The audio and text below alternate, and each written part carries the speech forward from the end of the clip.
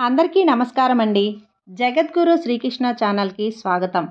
ఈరోజు సోమావతి అమావాస్య. పరమశివుడికి సోమవారం అంటే చాలా ఇష్టం. ఆ విషయం అందరికీ తెలిసిందే.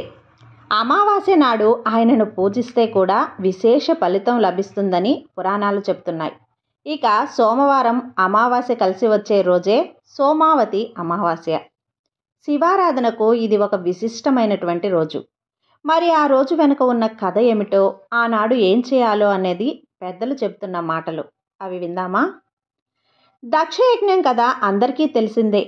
తన అల్లుడైన శివుణ్ణి అవమానించేందుకే దక్షుడు ఈ యజ్ఞాన్ని తలపెట్టాడు. అక్కడ తనకి చోటు లేదని శివుడు వారిస్తున్నా వినకుండా శివుడి భార్య సతీదేవి ఆ యజ్ఞానికి వెళ్ళింది.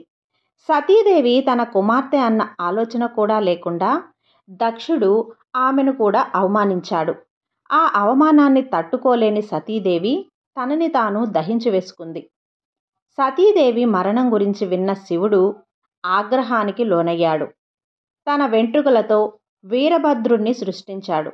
ప్రథమ గణాలతో పాటుగా ఆ వీరభద్రుడు దక్షుని మీదకు దాడి చేశాడు. అక్కడ యజ్ఞానికి వచ్చిన వారందరినీ చావచితకబాదాడు. శివగణాల చేతిలో చావు దెబ్బలు తిన్న వారిలో చంద్రుడు కూడా ఉన్నాడు. చంద్రుడు సాక్షాత్తు శివుడికి తోడల్లుడు. అయినా శివుణ్ణి అవమానించే కార్యక్రమంలో పాల్గొన్నందుకు తగిన శాస్తిని అనుభవించాడు. నిలువెల్లా గాయాలతో నిండిన చంద్రుడు వాటి బాధలకు తాళలేకపోయాడు. తనకు ఉపశమనం కలిగించమంటూ వెళ్ళి ఆ పరమేశ్వరుణ్ణి వేడుకున్నాడు. చంద్రుని బాధను చూసిన బోళాశంకరుడు మనసు కరిగిపోయింది. రాబోయే సోమవారం నాడు అమావాస్య తిథి కూడా ఉన్నదని, ఆ రోజున గనుక తనకు అభిషేకం చేస్తే చంద్రుణ్ణి ఆరోగ్యవంతుడుగా చేస్తానని అభయమిస్తాడు. శివుని సూచన మేరకు చంద్రుడు సోమవారం అమావాస్య కలిసి వచ్చిన రోజున శివుడికి అభిషేకం చేసి తన బాధల నుంచి విముక్తుడయ్యాడు. అప్పట్నుంచి సోమవారం నాడు వచ్చే అమావాస్యని సోమావతి అమావాస్య అనే పేరుతో పిలవటం జరుగుతుంది.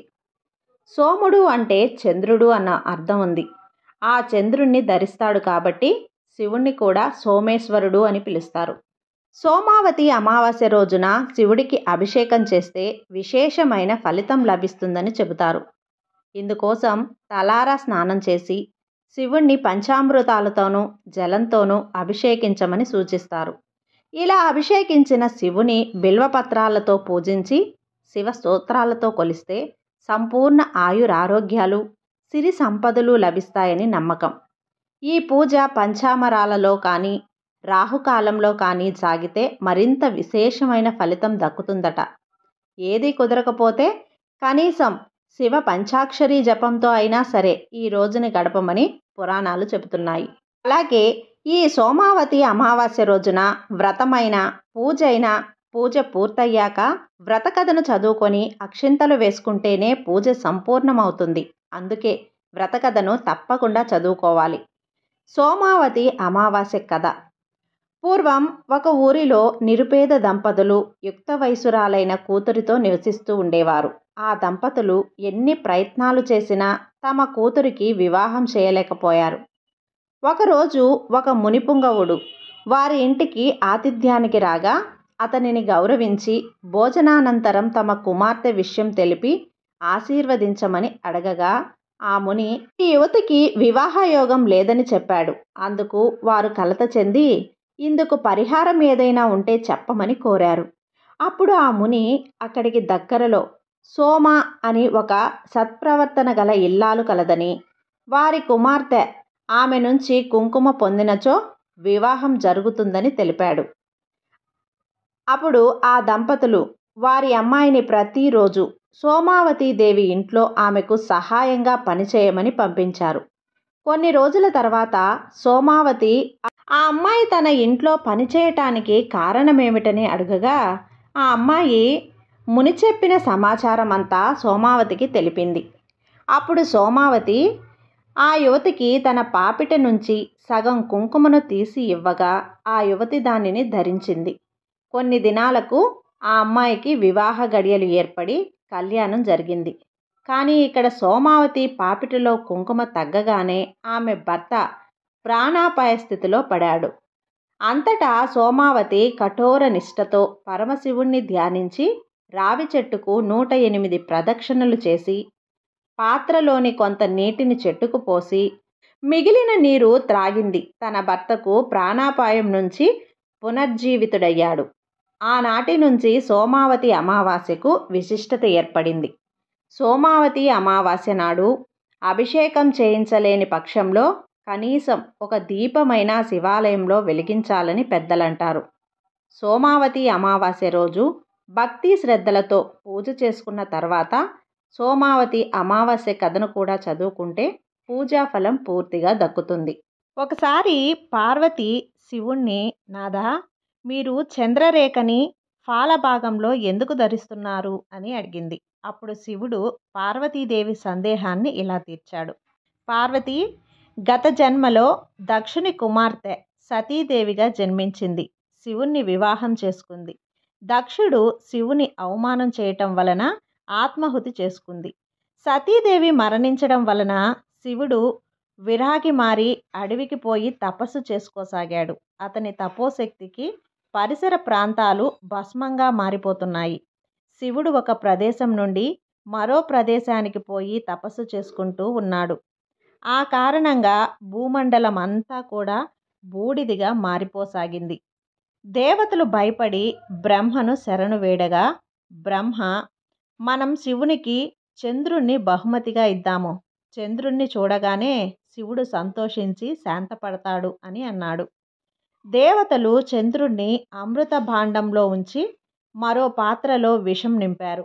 2 పాత్రలను శివుడి ముందు సమర్పించారు. శివుడు మొదట అమృత భాండం స్వీకరించాడు. వెంటనే అందులోని చంద్రుడు బయటకు వచ్చి శివుడి ఫాలభాగాన్ని అలంకరించాడు. తర్వాత శివుడు విషభాండం తీసుకొని అందులోని విషాన్ని మధ్యవేలితో తాగాడు. తర్వాత ఆ వేలిని తన కంఠమునకు తాగించాడు. శివుడి కంఠం నీలవర్ణంలోకి మారిపోయింది. అందుకే శివునికి నీలకంఠ అనే మరో పేరుతో పిలుస్తారు. చంద్రుడు కిరీటంలా ఉండటం వలన చంద్రశేఖరుడు అయ్యాడు. చంద్రుణ్ణి చూడగానే శివుడు శాంతపడ్డాడు. ఇది నీలకంఠుడి కథ. ఇక పార్వతీదేవి శివుణ్ణి ఈ విధంగా మరో ప్రశ్న వేసింది. ఒకనాడు పార్వతీదేవి శివుణ్ణి, నాదా, మీరు శరీరం అంతటా భస్మాన్ని ఎందుకు పూసుకుంటున్నారు? వివరంగా సెలవీయండి అని అడిగింది. అప్పుడు శివుడు ఇలా చెప్పసాగాడు. భృగువంశానికి చెందిన ఒక బ్రాహ్మణుడు ఎండలో, వానలో, చలిలో కఠోర తపస్సు చేశాడు. అతనికి ఆకలి వేసినప్పుడు ఎలుకబంట్లను, లేళ్లను, సింహాలను, నక్కలను తనకు ఆహారంగా తెచ్చిపెట్టమని అడిగేవాడు. ఆ మృగాలు కూడా అతను చెప్పినట్లే చేసేవి. అతనంటే ఏమాత్రం భయపడేవి కావు. పైగా అతనికి సేవ చేసేవి. కొంతకాలం తర్వాత అతను పండ్లు కూడా తినటం మానేశాడు. పచ్చి ఆకులను మాత్రమే తినేవాడు. ఆకుని పర్ణం అంటారు. అందుచేత అతనికి పర్ణాదుడు అనే పేరు వచ్చింది. అలా అతడు ఎన్నో సంవత్సరాలు తపస్సు చేశాడు. ఒకరోజు పర్ణాదుడు గడ్డి కోస్తూ ఉండగా కొడవలి తగిలి అతని మధ్యవేలు తెగిపోయింది. కానీ ఆశ్చర్యకంగా రక్తం రాలేదు. ఒక ద్రవం మాత్రం బయటకు వచ్చింది. ఆకులను మాత్రమే తినడం వలన అలా జరిగింది అని అతడు గ్రహిస్తాడు. సంతోషంతో గంతులు వేస్తాడు. ఆ క్షణం నుండి అతనిలో తాను ఒక ప్రత్యేకమైన వ్యక్తినేనని గర్వం పెరిగిపోయింది. అహంకారంతో ప్రవర్తించసాగాడు. శివుడు పర్ణాదుడికి గుణపాఠం నేర్పాలి అనుకొని ఒక బ్రాహ్మణుడి రూపంలో అతని వద్దకు వచ్చాడు. ఏమిటి, చాలా సంతోషంగా ఉన్నావు అని అన్నాడు పరమేశ్వరుడు. చూడండి, నా తపోశక్తి వలన నా శరీరంలోని రక్తం కణద్రవంగా మారిపోయింది. నేను గొప్ప తపశ్శక్తి సంపన్నుడైపోయాను అని గర్వంగా పలికాడు. ఆహా, అలాగైతే ఇటు చూడు అంటూ తన మధ్యవేలిని కోసి చూపించాడు. దాని నుండి భస్మం వచ్చింది. అంతటితో పర్ణాదుడి గర్వం అణగారిపోయింది.